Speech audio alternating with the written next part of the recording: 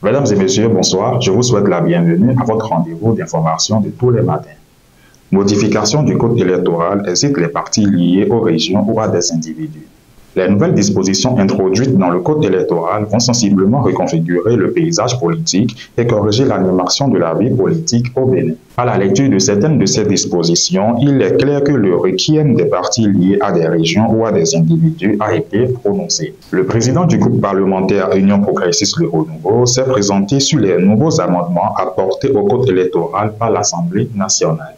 Pour le député Akena Tondé, les 10 amendements visent entre autres à donner de prépondérance aux formations politiques. Le collectif des fonctionnaires parlementaires promus ou nommés aux différents grades de l'ordre national du Bénin était le lundi 11 mars 2024 au cabinet du président de l'Assemblée nationale au palais des gouverneurs à Porto Novo.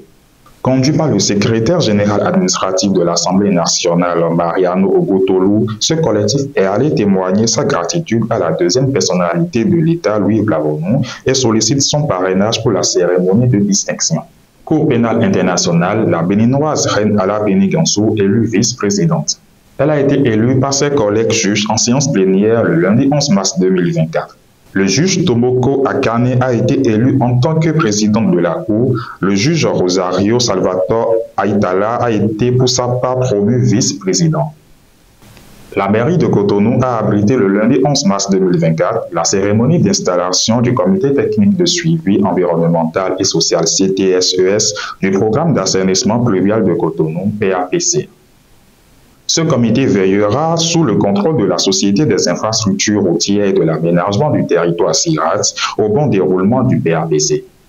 Dans le secteur des médias, les professionnels des médias sont appelés aux urnes le dimanche 9 juin 2024 pour élire leurs représentants à la Haute Autorité de l'audiovisuel et de la communication RAC 7e mandature.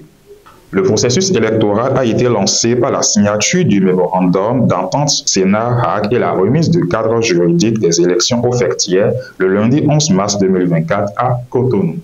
Pour la délivrance de faux diplômes du CQM, la CMA démarre une tournée de sensibilisation ce jour sur toute l'étendue du territoire national.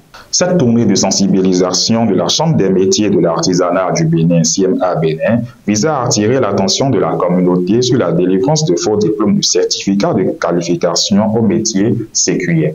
En sport, pour le tournoi de détection de niveau au tennis de table, Emmanuel Amayaki et Mirabeau Aïe sont vainqueurs de la 3e édition. Le football local a une nouvelle fois offert du spectacle au public sportif du pays courant le week-end écoulé. Au thème de cet acte, il convient de noter que Coton FC perd en éclat dans le tournoi pendant que l'Auto Coco FC et Barney Gansé mènent le peloton de tête. Et voici pour vous les informations de ce jour. Merci de nous avoir suivis. Portez-vous bien et rendez-vous à demain.